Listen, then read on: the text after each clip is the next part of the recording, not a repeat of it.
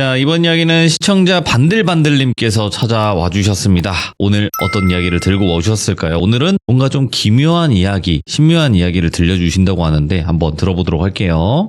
여보세요? 네, 반들반들님도 이렇게 늦은 밤 찾아와 주셔서 감사합니다. 네, 별 말씀을요. 저번 이야기들은 굉장히 섬뜩하고 이제 무서운 이야기들이었는데 오늘은 좀 네. 기묘하면서 신묘한 이야기가 될 것 같다라고 하셨어요. 네네. 도대체 어떤 이야기일까? 같이 한번 들어보도록 하겠습니다. 렛츠고! 길이십니다. 반들반들이에요.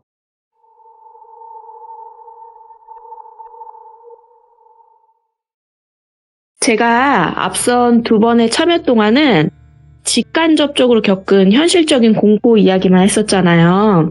근데 이번에는 장르를 좀 달리해서 무속에 관한 이야기를 좀 해보려고 해요. 근데 이게 무서운 이야기는 아니고요. 그냥 제가 겪은 신비로운 이야기? 그쯤으로 표현하는 게 맞을 것 같아요. 그래서 조금 걱정은 되는데 약간 신비로운 이야기구나 생각하시고 마무리로 들어주시면 좋을 것 같아요. 이야기 앞서서 먼저 저에 대한 이야기를 잠깐 해보자면 저는 좀 직관이 강한 사람이에요. 그래서 종교나 뭐 무속에 의지한다든지 뭐 하는 건 없었고요. 네. 이제까지 뭐 제가 살아오는 동안은 머릿속에 그려지는 어떤 이미지나 마음속에 이렇게 해야겠다 하는 생각대로 결단을 내리면서 살아온 것 같아요. 그리고 또 제가 막 가위에 뭐 엄청 눌린다거나 뭐 10년 관련해서 무서운 일을 겪었다든지 하는 것도 없었어요. 제가 이제 돌비 채널을 또 들으면서 느낀 건데 이런 게 오싹한 일이구나. 그래, 그럴 수 있지. 그런 일을 겪어도 저는 그냥 뭐 그럴 수 있지. 뭐 피곤해서 헛게 보였나? 그런 정도로 항상 넘어갔었어요. 뭐 무던하게. 근데 다만 저는 꿈 같은 거는 어느 정도 맞는 타입이고요. 그럼에도 불구하고 이상하게 저는 어릴 적부터 무속이나 뭐 영의 세계는 존재한다라고 생각은 쭉 해오면서 살았거든요. 제가 이러한 바탕을 가진 사람이라는 걸 저희 귀족님들이 먼저 알아주시고 그럼에도 제가 무속의 세계는 있다고 생각하는 이유를 지금부터 말씀드려 볼게요. 오호, 예. 첫 번째 이야기는 제가 목격한 주변 사람의 죽음 이야기인데요. 이게 되게 뜬금없지만 듣다 보시면 마지막에 이 이야기가 나중에 이어지는 부분이 있을 거예요. 네. 지금부터 해볼게요. 저희 엄마가 그 지역에서 장사를 오래 하시면서 주변 장사나 사업하시는 분들끼리 친목계를 하셨어요. 근데 그때 개원 중 한 명이신 택시기사 아저씨가 계셨는데요. 아저씨는 원래 그 주유소나 찜질방 등의 사업체를 크게 몇 개 운영을 해오시던 분인데 그 가족 간 불화로 뭐 이런 대출 같은 걸 막 받아서 재산이 흩어지게 되면서 사업이 잘못되신 거예요. 그래서 홀로 개인 택시 운전 일을 하시던 분이에요. 근데 그럼에도 원망하거나 뭐 상황을 막 좌절하지 않고 열심히 사시면서 인망이 굉장히 두터우셨어요. 사업하실 때부터. 근데 아저씨는 저희 엄마랑 저희 이모랑 친분이 있으셨고 또 제가 아팠던 것도 아셔서 바쁜 아침 시간에 등교를 무료로 막 이렇게 태워다 주시고 하면서 저희랑 친분이 있었어요. 가족하고. 저희 엄마랑 이모도 같은 종씨 오라버니라고 두 분이서 반찬도 좀 막 해다 주시고 많이 챙겨드렸어요. 혼자 계시니까. 그러다가 이제 초봄에 3월, 4월이 되기 전. 근데 아저씨가 며칠 동안 연락이 안 되시는 거예요. 엄마도 갯날인데도 이번에 안 오셨네? 하면서 엄마랑 이모랑 어디 아프신가? 그러면서 이제 반찬이랑 공산품 같은 거 막 바리바리 싸가지고 아저씨 댁으로 가보자고 했고 짐이 좀 되니까 저도 같이 들고 그 댁으로 향했어요. 근데 가봤을 때는 아저씨가 고인이 되어 있으시더라고요. 그 집은 현관을 열면 바로 타일바닥으로 된 작은 부엌 있고 한켠에 화장실 있고 거길 이제 건너가서 신발 벗고 방 안으로 들어가는 구조인데 제가 그 부엌 쪽에 서 있는데 엄마랑 이모가 안 돼 들어오지 마 하면서 저를 현관 바깥으로 밀치더라고요. 그래서 이제 주검을 직접 그걸 제가 목격하진 못했고 저희 엄마랑 이모랑 봤는데 그 부엌에서 제가 냄새로 이미 알았죠. 근데 막 썩은 내 같은 건 아니었고 엄청 피냄새도 많이 나고 약간 구릿한 냄새가 났어요. 근데 알고 보니까 아저씨가 그동안 외로움을 술로 달래시다가 너무 과음을 하셨나 봐요. 그래서 어떻게 잘못돼서 각혈을 하고 돌아가셨는데 그 뭐 얼굴 표정이나 몸부림치고 막 이랬던 게 다 그게 방에 남아있는 거예요. 그런 흔적이. 그래서 너무 처참하고 마음이 아팠다고 엄마랑 이모가 그러시더라고요. 너 안 보길 잘했다고. 근데 그쪽 아저씨 가족들하고 연락이 계속 안 되다가 지자체에서 연락을 했는데 수습 거부한다 하셔서 그냥 그땐 저희 엄마가 장사를 하시고 아시던 분이고 여유가 되시니까 수습도 해드리고 장례를 3일 해드렸어요. 정석 장례대로. 그러고 나서 얼마 뒤에 제가 한 번 아팠다고 말씀드렸잖아요. 근데 그러고 나서 한 번 더 제가 재발을 겪은 때가 있었어요. 근데 병원에서 이게 뼈에 전이 됐을 수도 있으니까 검사를 기다려보자 결과를. 그래서 이제 저는 불안한 상태로 그러고 지내던 와중인데 아저씨 40부제랑 다 끝나고 나서 그 아저씨가 꿈에 나오신 거예요. 근데 너무 밝은 계열 양복을 되게 멋지게 차려입으시고 평상시보다 더 얼굴색이나 풍채도 좋으시고 그런 상태로 제 꿈에 나오셨는데 꿈에 갈대밭이 이렇게 양쪽으로 쫙 이렇게 나 있고 외길이에요, 흙길. 근데 거기를 이제 걸어가시더라고요. 저를 이렇게 보시더니. 그래서 제가 아저씨 왜 옛날 안 오셨어요? 저희 가게로 가세요. 식사하러 가세요 하면서 제가 막 계속 따라가니까 아저씨가 별말은 안 하다가 뒤를 한 번씩 보시면서 따라오지 마. 아니야, 나 안 가도 돼. 나 일이 있어. 따라오지 마. 따라오지 마. 계속 이러시더라고요. 근데 꿈에선 제가 왜 그랬는지 모르겠는데 막 아저씨를 되게 붙잡으면서 아저씨 저희 가게 가세요. 가셔서 식사하시게요. 아이 저번에도 안 오셨잖아요 하면서 제가 그때 학생인데 그 아저씨를 막 그렇게 잡더라고요. 꿈에서 제가. 그러다가 그 길의 끝쯤 다다랐는데 무라지랑이가 막 이렇게 멋있게 피어나오는 이렇게 잔잔한 호수? 물가가 있었고 거기에 이렇게 나무로 된 나룻배 같은 게 떠 있는 거예요. 아저씨가 그쪽으로 가려고 배 쪽으로 가려고 이제 그 노를 이렇게 잡고 그 배를 이렇게 끌어당기시더라고요. 물가 쪽으로. 그래서 제가 아저씨 지금 배를 타시면 어떡해요? 저희 가게 가셔야지. 사람들 다 기다려요. 제가 그러면서 아저씨를 잡았는데 그때 아저씨가 벌컥 화를 내시면서 정면으로 처음 딱 보는데 얼굴이 너무 무서운 거예요. 엄청 화를 내면서 내가 안 간다는데 너는 왜 자꾸 나를 붙잡아? 너는 그리고 오지 마! 그러면서 제 뺨을 한 대 팍 때렸어요. 아저씨가 꿈에서. 예. 막 엄청 호통을 치면서. 그래서 제가 깜짝 놀라서 깼거든요. 근데 깨기 전에 아저씨가 그러셨어요. 네. 고마웠다.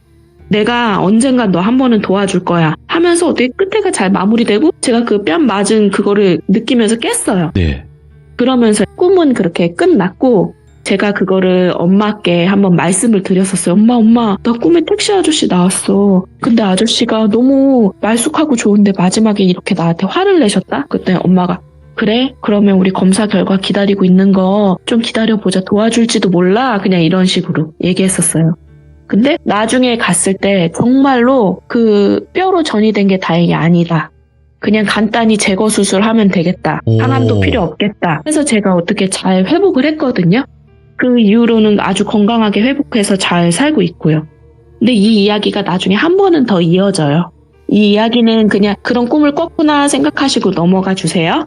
그리고 이제 두 번째 이야기는 저희 할머니에 대한 이야기인데 예. 저희 친할머니가 저한테 되게 많은 영향을 주신 분이시고요. 제가 무속의 세계를 믿는 이유도 저희 할머니 영향이 좀 크다고 볼 수 있어요. 예. 저희 할머니는 아주 독실한 불자시고 절에 가실 때면 저를 자주 오래된 고찰이랑 산에 자주 데려가신 거예요. 저를 꼭. 제가 학교 들어가기 전에 그때 예불도 보고 스님들이랑 밥도 먹고 예. 또 이제 할머니랑 스님들이랑 막 산에 가세요. 먹을거리 마련하신다고.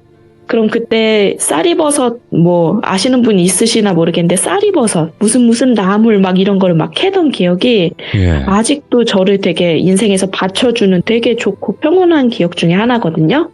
그런 독실한 불자셨던 할머니가 절에서 친분을 쌓고 아주 믿고 따르는 분이 한 분 계셨어요. 예. 지금 생각해보면 무당은 아니셨던 것 같아요. 근데 항상 이렇게 흰색 한복 같은 거 항상 입고 다니시고 지금 생각해보면 절 다니시고 절에 봉사하고 다니시면서 좀 누르시는 그런 분이신 것 같았어요.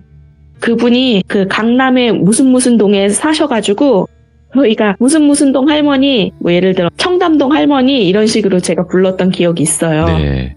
근데 그분께서 저희 할머니가 걱정하시거나 뭐 누가 아프거나 집안에 어려운 일을 두고 있으면 대화 중에 툭툭 이렇게 던지시는 말씀을 하시는데 그게 되게 꿰뚫듯이 해법이 되시곤 한 거예요. 굉장히 그래서 저희 할머니가 의지를 많이 하셨고 실제로 연배도 언니셨고 두 분이 이제 서로 집을 오가시면서 우정을 계속 쌓으셨는데 제가 그 청담동 할머니 댁을 가는 날이면 저희 할머니가 웬만해서는 저를 막 데리고 다니셨어요. 저는 어릴 적에 막 좋죠. 거기 가는 길에 번화가, 고급 요리집, 뭐 냉면집 이런 데를 할머니가 많이 데려가셨거든요, 저를. 예. 아무 생각 없이 좋다고 막 따라다녔는데 지금 생각해보면 저희 할머니가 저를 일부러 좀 많이 그 집에 데리고 가신 것 같아요. 보여주시려고. 그날도 청담동 할머니 댁을 갔는데 할머니끼리 이제 대화를 하시는데 할머니가 저를 유심히 계속 보시면서 저희 할머니께 막 말씀을 하시는 거예요. 이런저런 뭐 24만 지나면 애기 살만해진다. 애기가 크면서 잘 체하고 오한 자주 들 것 같아. 근데 보니까 애 엄마가 먹고 살기 바빠서 삼실상을 한 번도 안 차려줬네. 10살 때까지는 이 말씀 아시는 분 계실지 모르겠는데 객구물림이라는 게 있어요. 애기 10살 때까지는 객구물림 자주 해줘라. 객구물림. 네. 근데 이게 지금 생각해보면 제 생각에 객귀물림 아닐까 싶어요. 맞아요. 객귀. 객구라고 하잖아요. 객귀를. 아, 네. 맞죠. 네, 제가 맞아요. 그걸 네. 자주 해줘라 뭐 이런 얘기를 막 하셨고 네. 그렇게 막 서로 그런 건 기억나요. 그리고 뭐 애기야 생일이 여름이라서 많이 더웠지 막 하면서 그런 말씀들 하셨던 거. 그러다가 저한테 10,000원을 주셨는데 90년대 당시에 10,000원이면 굉장히 큰 돈이에요. 근데 10,000원을 주시면서 애기야 이거 할머니가 말하는 거 잘 들어. 이거 반은 저금하고 반은 과자 사 먹는데 꼭 15밤 알지? 15밤을 보름이라고 하는데 15밤 뒤까지는 다 쓰지 말고 꼭 2,000원 정도 남겨놔야 된다. 꼭 따로 쓸 때가 있어. 꼭 이렇게 저한테 재차 말씀을 막 하시는 거예요. 그래서 제가 15밤 지나면요 써도 돼요? 막 이랬죠. 그랬더니 그 뒤에는 다 써도 돼. 네 마음대로 쓰거라 하면서 막 웃으시는 거예요. 그리고 꼭 남겨두란 말을 저 갈 때까지 손잡고 몇 번 다짐받으시는 거예요. 꼭 남겨놔야 된다. 얼마랬지? 2,000원이요. 그래 꼭 남겨놔야 된다. 이런 식으로요. 그 뒤로 제가 날짜 감각이 없어서 어릴 적이라 정확히 기억은 안 나는데 예. 하여간 며칠 지났어요.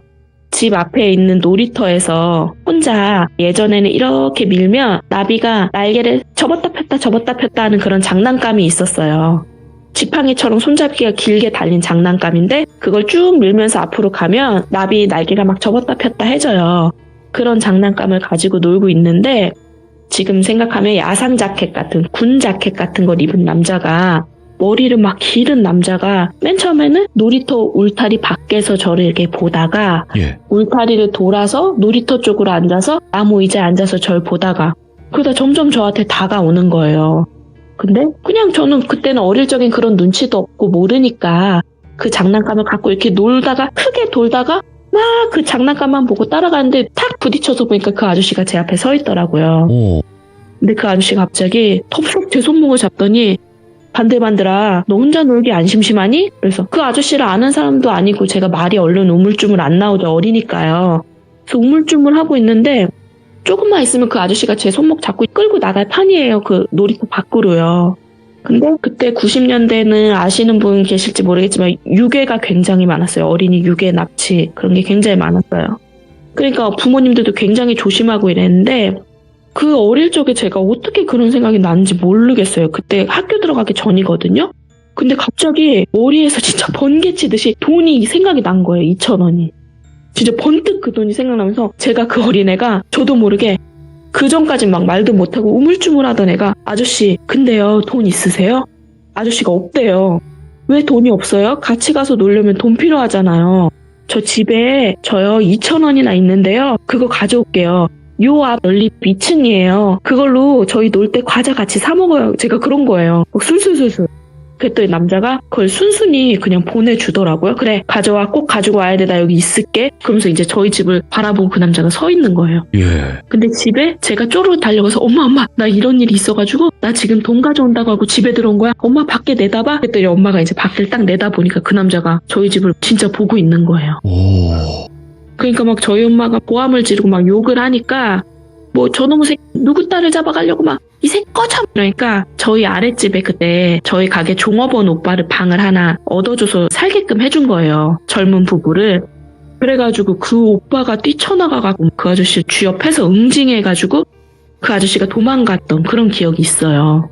그 일을 제가 얼마 전에 친정 동네 가면서 그쪽을 지나가게 됐는데 그 연립이 세상에 아직도 있는 거예요. 지금 한 40년 넘었을 거예요. 오, 그래서 예. 엄마, 나 그때 그 거지 같은 그 아저씨가 나 잡아가려고 했던 거 기억나? 그때 내가 막 돈 가지러 와야 됐었다고 얘기했잖아. 그때 엄마, 그랬지. 그랬더니 너 근데 그거 그 어린 나이에 너 그때 우물쭈물하던 애가 어떻게 그런 걸 얘기했어? 그래서 엄마 나 사실은 그때 갑자기 2,000원이 생각났는데 그때 청담동 할머니가 그러셨거든.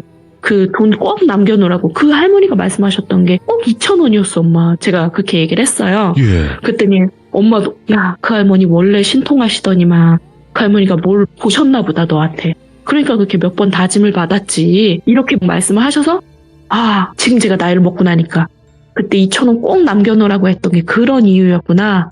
그렇게 생각이 들더라고요. 그래서 이 이야기는 이렇게 마무리되는데 이 이야기가 마지막 이야기에 또 이제 귀결이 돼요.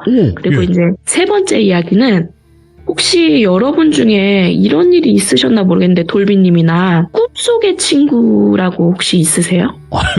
꿈속의 친구? 네.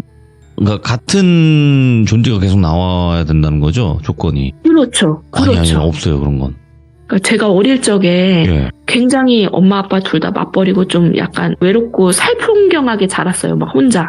그러다 보니까 제가 외로워서 제가 꿈속에서 그런 의지할 만한 친구들을 만들었나 그런 생각도 해봤어요. 근데 그 친구들이 꼭 주기적으로 나와요. 그리고 그게 제가 성인이 돼서 결혼하고 나서도 나왔는데 어느 일을 기점으로 그들이 안 나왔어요. 근데 친구가 4명 아니면 5명이었는데 조선시대에 이렇게 도포 입고 갓 쓴 사람 1명, 오이구, 예. 약간 되게 외국인 인디언처럼 생긴 사람 1명, 그리고 큰 늑대 같은 짐승이 1마리, 늑대였어요. 그리고 또 1명은 총을 들고 있는 사람인데 그 사람이 안 나오면 엄청 큰 곰이 나왔어요. 근데 그 곰이 사람의 말을 하고 알아들었어요, 서로. 근데 제가 너무 힘들고 막 외롭고 할 때마다 꿈에 있는 친구들이랑 꿈에서 신나게 큰 벌판에서 놀고 나면 제가 힘들고 외로웠던 마음이 싹 없어지고 되게 즐거웠어요. 근데 그 친구들이 6개월에 한 번씩 이렇게 2번씩 나왔다면 크면서는 점점 1년에 한 번, 2년에 한 번 이렇게 나오긴 했는데 절대 그 친구들이 안 나오진 않더라고요. 꾸준히 나왔어요. 그 친구들이 나오는 꿈을 계속 꾸면서 저는 어쨌건 결혼도 하고 아이도 낳고 이렇게 살고 있는데 제가 새 집을 한번 사려고 돈을 모으고 하는 와중에 제가 너무 피로하고 모으는 것도 힘들고 굉장히 막 몰아붙였어요, 저를. 모을 수 있다, 이런 걸로. 그래서 제가 굉장히 그때 몸이 안 좋았었던 것 같아요. 그래서 그때 제 초기에 아기가 하늘나라로 가버린 적이 있었어요. 이사 직전에. 그러고 나서 이제 제가 심적으로 한번 되게 무너졌던 적이 있는데 어쨌든 잔금날은 또박또박 다가오고 입춘날은 다가오잖아요. 그래서 그 전에 살던 헌집에서 마지막으로 자고 이사하려던 날이었어요. 한 일주일 뒤면 새 집에 입주를 아예 하고 그 전에 짐을 다 빼고 저희가 임시거처로 옮기려고 그날 이삿짐 싸놓은 날 잠을 잤는데 저희 아파트가 그때 당시 한 40년이 넘은 50년 가까운 굉장히 오래된 아파트였는데 그 아파트를 배경으로 축제가 열린 거예요. 장이, 아파트 장터가. 그래서 너무너무 그 오래된 아파트가 예쁘게 꾸며져 있고 그리고 막 등 같은 것도 너무 아름답게 달려있는데 네. 제가 거기를 걸어가는데 갑자기 옆에 어떤 사내가 하나 나와서 팔을 딱 걸어요. 예? 그러면서 막 같이 맛있는 것도 사 먹고 그 아파트 장터에서 너무 즐겁게 놀다가 갑자기 그 애가 아파트 정문 쪽으로 가면서 그러더라고요. 이제 다 잘 될 거니까 엄마 너무 슬퍼하지 마. 그리고 나 신경 쓰지 마. 다 잘 될 거야. 이러고서 꿈을 깼어요. 그러고 꿈에서 깨어나서 제가 막 눈물을 흘리죠. 그러고 나서 그 다음날 임시거처로 옮기고 나서 그 집에 딱 이제 자고 있는데 그때 꿈을 꾼 게 그 꿈속의 친구들이 나왔어요. 그러니까 그 전날은 다 잘 될 거야 했던 사내 아이. 그때 꿈에서 당시에는 한 12, 3살 정도 먹은 사내 아이. 그리고 그 다음날에는 꿈속의 친구들이 나왔어요. 근데 그 꿈속의 친구들이랑 간만에 벌판에 나가서 이제 너가 놀 나이가 지났지? 그냥 경치나 보자 하면서 이런저런 얘기를 하다 마지막에 그 꿈속의 친구 중에 도포 쓰신 분이 그 얘기를 했어요. 예. 이제 우리가 꿈에 나오는 건 마지막이다. 너도 다 컸고 앞으로 다 잘 될 거다. 잘 살아라 하고서 꿈에서 깼어요. 그 일이 있고 연달아 그 꿈을 2번 꾸고 좀 신경이 쓰이고 있었죠. 그리고 제 나름대로의 해석을 하고 있었죠. 그런 도중에 집안 동생이 항상 무슨 일이 있을 때마다 의논하시는 법사님이 계시대요. 근데 그날따라 그 동생이 저더러 같이 가재요. 충청도 쪽이었는데 좀 같이 가줄 수 있겠냐. 나 오늘 혼자 가기가 너무 좀 힘들다 심적으로. 그래서 그래 같이 가줄게. 나 그런 데 한 번도 가본 적 없는데 그러면서 이제 따라간 거예요. 그 신당의 주인이 사군자 중에 하나의 이름을 쓰고 계셨어요. 좀 여성스러운 이름이라고 생각했는데 막상 가보니까 풍채가 엄청 좋고 기골이 엄청 장대하신 거예요. 그 남자 무당분이. 남자셨어요. 신당은 깔끔한 빌라였고 꼭대기층이었던 걸로 기억나요. 저는 그전까지만 해도 무속을 접해본 적이 없어서 막 신당이라고 하면 한식 기와집에 막 기세부터 눌릴 것 같고 그랬는데 막상 가보니까 가장 꼭대기층이었는데 되게 깔끔하고 화이트 톤으로 큰 소파 놔져 있고 동생이 들어가면서 언니 나 그러면 뭐 의논하고 올 테니까 여기 소파에 좀 앉아있어. 알았지? 나 금방 한 4, 50분이면 나와. 그래서 알겠어. 그러면서 앉아있는데 그 집에 들어가 보니까 소파에 웬 흰색 위아래 추리닝 그 멋쟁이들 할아버지들 입으시는 필라 추리닝을 한 벌로 딱 흰색을 차려입으신 할아버지가 한 분 앉아 계시더라고요. 소파에. 근데 그때 당시에 저 TV 프로그램이 하나 켜져 있었는데 전국 노래자랑을 보고 계셨던 것 같아요. 네. 저도 뭐 할 말도 없고 알지도 못하니까 안녕하세요 그냥 목례하고 앉아서 같이 전국 노래자랑을 보는데 옆에서 계속 따가운 시선이 막 느껴져요. 그래서 왜 그러시지? 그래서 옆에 봤더니 그 할아버지가 정말로 그냥 이렇게 앉은 상태에서 옆에 앉은 저를 보려면 이렇게 고개를 돌려야 될 거 아니에요. 90도로. 네. 90도로 돌려서 저를 아주 그냥 꿰뚫듯이 계속 빤히 쳐다보시는 거예요. 그래서 제가 왜 이러시지? 왜 이렇게 보시지? 왜 이렇게 보실까? 이 할아버지가 그러고 있었는데 조금 있다가 갑자기 그 동생이 아직 의논 중인데 얘 누구야? 하면서 그 법사님을 불러요. 부르더니 저 아무 말도 안 했어요. 들어가서 안녕하세요. 그냥 간단히 목례하고 화장실만 한번 갔다 왔어요. 근데 갑자기 그 분을 부르시고 얘 누구야? 부르시면서 이 애기 엄마 좀 보고 좀 좋은 얘기 좀 해줘라 이런 거예요. 제가 애기 엄마인 걸 그 할아버지가 어떻게 알아요? 저는 한마디도 안 했어요. 그리고 그때 당시는 제가 지금보다 좀 젊었고 제가 일찍 결혼해서 그렇게 노숙한 타입은 아니었거든요. 근데 야 누구야? 너 잠깐 얘기 멈추고 이 애기 엄마부터 잠깐 봐주고 좋은 얘기 좀 해줘라 이러는 거예요. 그래서 갑자기 제 동생이 어리둥절하면서 선생님 그럼 조금 이따 말씀 마저 하실까요? 그러고 나오고 제가 어떻게 거길 들어가게 된 거예요. 그 신당 안에. 근데 정말로 제가 무릎을 대기도 전에 그분이 처음 하신 얘기가 애기 엄마는 왜 하고 싶은 공부를 그때 더 안 했어? 그렇게 얘기를 하더라고요. 근데 실제 그랬거든요. 실제 제가 앞전 얘기에도 말씀드렸다시피 제가 몸이 아프고 병원비가 많이 들어가다 보니까 제가 직접 일을 해서 좀 돈을 벌어서 일을 하겠다 하면서 1년 반 일하겠다고 했던 게 몇 년 일을 했고 뒤늦게 학교를 간 타입이거든요. 그때 다들 너한테 학업운이 끊겼다고 했을 거야. 근데 그때 역경을 네가 이겨내고 그냥 갔으면은 너는 더 좋은 학교를 갈 수 있었다. 아쉽다 아쉬워 막 이러는 거예요. 그러면서 하던 얘기가 이 얘기를 꼭 하라고 아마 우리 스승님이 얘기를 해주신 것 같은데 너무 슬퍼하고 자책하지 마라. 아들이 엄마 등 뒤에 있는데 아들이 착해서 엄마 등 뒤를 받치고 있다 그렇게 얘기하더라고요. 그 소리를 듣고 가슴이 제가 되게 막 응어리가 졌던 게 탁 내려앉으면서 눈물이 막 나더라고요.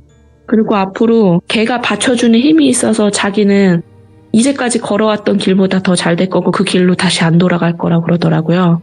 그리고 또 하시던 얘기가 꿈을 자주 꾸지? 그래서 네 그랬더니 꿈을 자주 꾸는데 항상 나오는 사람들이 있다. 그러면서 친구처럼 잘 어울렸다. 막 이렇게 얘기를 하신 걸 그냥 이렇게 툭툭 던지듯이. 맞다고. 그랬더니 그 친구들이 누굴 것 같아? 그랬더니 제가 모르겠는데요. 그냥 저는 제 마음이 힘들어서 의지할 대상을 만들었다고 생각했어요. 그랬더니 그것도 맞긴 맞지. 근데 너를 안쓰러워하는 조상이래요. 이게. 근데 저는 뭐 약간 인디언 같은 사람도 있고 막 짐승도 나오고 막 이러니까 전혀 그쪽으로 생각을 안 했거든요. 근데 조상들이라고 그렇게 말씀하시더라고요. 그리고 또 한 가지 얘기를 해주셨던 게 네 곁을 지켜주는 사람들이 몇 명 내가 지금 얼핏 보인다. 보이는데 특이하다. 특이해. 핏줄이 아닌 사람들이 있네. 그러더라고요. 중년 남자가 한 명 있네. 꼭 도와준다고 하고 있는데 앞전에 한번 도와줬어. 앞전에 한번 크게 아플 뻔한 거를 어떻게 이 사람이 막아줬나 봐. 막 이런 식으로 얘기를 하는 거예요. 근데 한 번이 더 남았대요. 한 번 더 도와줄 거예요. 근데 저는 그 얘기를 듣고 퍼뜩 생각나는 게 그 택시 아저씨가 생각나는 거예요. 핏줄이 아니고 중년이고 오, 도와주신 분. 그러고 또 한 분, 할머니가 두 분 보이신대요. 예? 근데 이분들도 핏줄은 아니네. 근데 항상 이렇게 너를 좀 도와주려고 하네. 너랑 네 동생을 그렇게 말씀하시더라고요. 근데 제가 아까 말씀드렸던 저희 친할머니 있잖아요. 저희 친할머니가 사실 저희가 재혼 가정이라 피가 섞인 할머니가 아니에요. 그러니까 핏줄이 아닌데 너를 지켜주는 사람들이 보이네 이렇게 말씀을 하셨던 거예요. 그거 듣고 제가 정말 그런 세계가 있구나. 와. 무속의 세계가 있구나. 그리고 얘기 들었던 것 중에 되게 기억에 남는 게 그분이 도령님이시거든요. 네. 무슨 도령님이신데 그 도령님이 인복 없다는 말 많이 들었을 거라고. 근데 겉으로 보는 사람들은 그쪽 애기 엄마한테 인복 없다는 말 할 거야. 근데 보러 다니지도 않지요. 그래서 네, 여기가 처음이에요 했더니 어디 가서 인복 없다는 말 믿지 마세요. 그렇지 않다고 지금 도와주시는 분들이 너무 많은데 애기 엄마가 워낙 굳센 사람이다 보니까 거기에 휘둘리지 않는 것뿐이고 야. 뒤에서 이렇게 도와주는 사람들이 많다. 그리고 앞으로는 이런 데 다니지 말고 이런 거 보지 말고 애기 엄마가 생각하는 대로 열심히 살아라. 뒤에서 받쳐주는 사람들이 많아서 그동안은 힘들게 이렇게 살았지 20대 초반까지는. 근데 그 얘기도 잘 생각해 보세요. 청담동 할머니가 그러셨잖아요. 네. 24 지나면 괜찮다. 근데 제가 24 지나서 결혼도 하고 신랑을 만나고 이렇게 하면서 모든 게 좋아졌거든요. 그러니까 뒤에 밀어주는 사람도 많고 하니까 절대 그 앞전에 힘들었던 20대 초반에 그 이전에 힘들었던 때로는 절대 돌아가지 않는다. 네. 이런데 앞으로 다니지 말고 애기 엄마가 믿고 생각하는 대로 따르면서 열심히 살아라. 그러면서 이 말을 해주라고 한 게 우리 아버지다, 신아버지다. 그러시는 분. 네. 그 소파에 앉아 계시던 그 위아래 멋쟁이 추리닝 입고 계셨던 그 할아버지가 신아버지였던 거예요. 아. 그러니까 저한테 이 애기 엄마 데리고 가서 좋은 말 좀 해줘라 그렇게 꿰뚫어 보셨던 것 같아요. 예. 그래서 저는 그 말을 듣고 그 전에 굉장히 심적으로 힘들었거든요. 제가 무너지기도 했었고 그럴 수 있어요. 그런 네.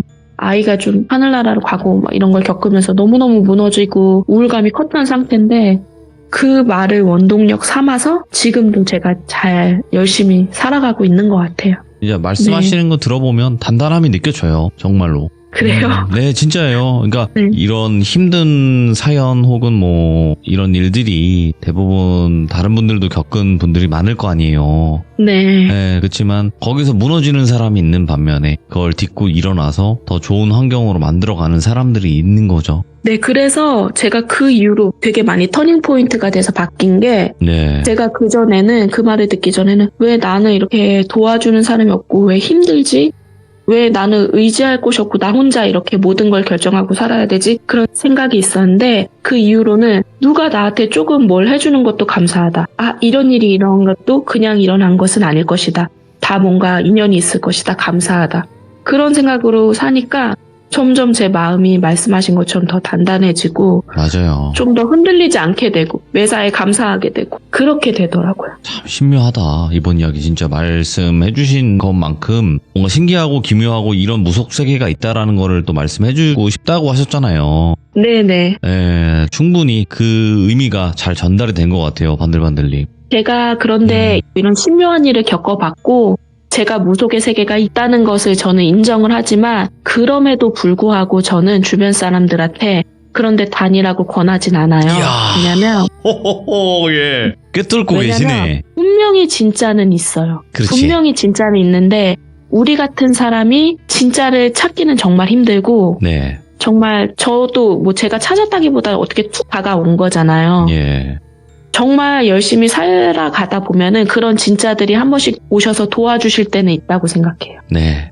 찾으면 그러니까 이제 당하는 경우가 많아. 그렇죠. 그리고 요즘같이 정보 과잉의 사회에서 뭐 유튜브에도 막 무당분들이 나오셔서 홍보하시고 하는데 오히려 정보가 과잉일수록 결정은 더 어려워지거든요. 그렇죠. 네. 그런데 어딜 갈까 결정해서 내 에너지를 쓰기보다는 여러분 힘든 일이 있을 때 내 곁에 좋은 사람들이나 아니면 내 긍정적인 마음, 긍정적인 생각을 잡고 하면서 그것도 아니면 정말 미친 듯이 일도 해보면서 매진하면서 내 스스로가 그거를 좀 해치고 나가야 돼요. 맞아요. 그 진짜를 찾으려고 에너지를 쓰다기보다는. 반들반들님, 저는 항상 이런 말씀을 드리긴 했는데 시청자분이 네. 이런 말씀을 해주시는 게 정말 얼마만인가 진짜 얼마만인가 싶은데요. 맞아요. 근데 요즘에는 종교는 종교고 뭐 무속 쪽은 무속 쪽인데 너무 무속 쪽에 맹신하시는 분들이 많아졌어요. 맞아요. 힘드니까 그래요. 저도 알 것 같아요. 힘든 건 알겠는데 힘든 건 당연히 어느 사람이나 사연이 없는 사람 없지 않습니까? 근데 너무 맹신을 하다 보면 당하게 돼요. 그런 당한 사례들이 너무 많이 저한테 들리니까. 맞아요. 근데 그걸 말린다고 말려지는 게 또 아니라는 것도 아니까 답답한 부분이 있었는데 반들반들님께서 오늘 또 이야기 너무나 잘 마지막에 해주신 것 같습니다. 아우 너무 감사합니다. 제가 감사하고요. 들어주셔서 네. 감사하고요. 네. 저희 귀족님들하고 돌비님 모두 다 기쁘고 행복하고 감사한 일만 생기기를 바랍니다. 감사합니다. 들어주셔서. 감사합니다. 고맙습니다. 네, 들어가세요. 네. 네. 단단하신 분이야. 확 느껴집니다. 목소리 기라는 것도 분명히 있는데 단단하심을 넘어서 깨달으셨어. 이분은 정말 그런 느낌을 많이 받습니다. 이번 이야기를 다 하고 마지막에 또 해주시는 멘트에서도 분명함이 느껴지고요. 그리고 저희 시청자분들도 사실 좀 제가 드리고 싶은 말씀인데요. 막 이런 사람을 만났고 저게 뭐 점을 잘 보고 하면 거기 어딘가요? 저도 가볼래요. 거기 어딘가를 꼭 알려주세요. 이러신 분들이 너무 많아요. 제발 안 그러셨으면 좋겠습니다. 그게 그분들을 위한 거예요. 가지 말라고 하는 게. 그래서 많은 분들이 저한테 그래요. 도비님은 뭐 신점 보시나요? 무당집 가셔서 뭐 하시나요? 안 합니다. 저 오히려 이 방송을 하면서도 저는 안 하거든요. 그러니까 여러분들도 꼭 자기가 주가 되어서 생각을 하시고 행동을 하시고 거기에서 어려운 상황이 있었을 때 그걸 딛고 일어나는 건 여러분들이에요. 무당이 해주는 게 아니에요. 그러니까 꼭 마지막 말씀 꼭 들어주시길 바라겠습니다. 시청해주신 모든 분들 감사드립니다. 고맙습니다.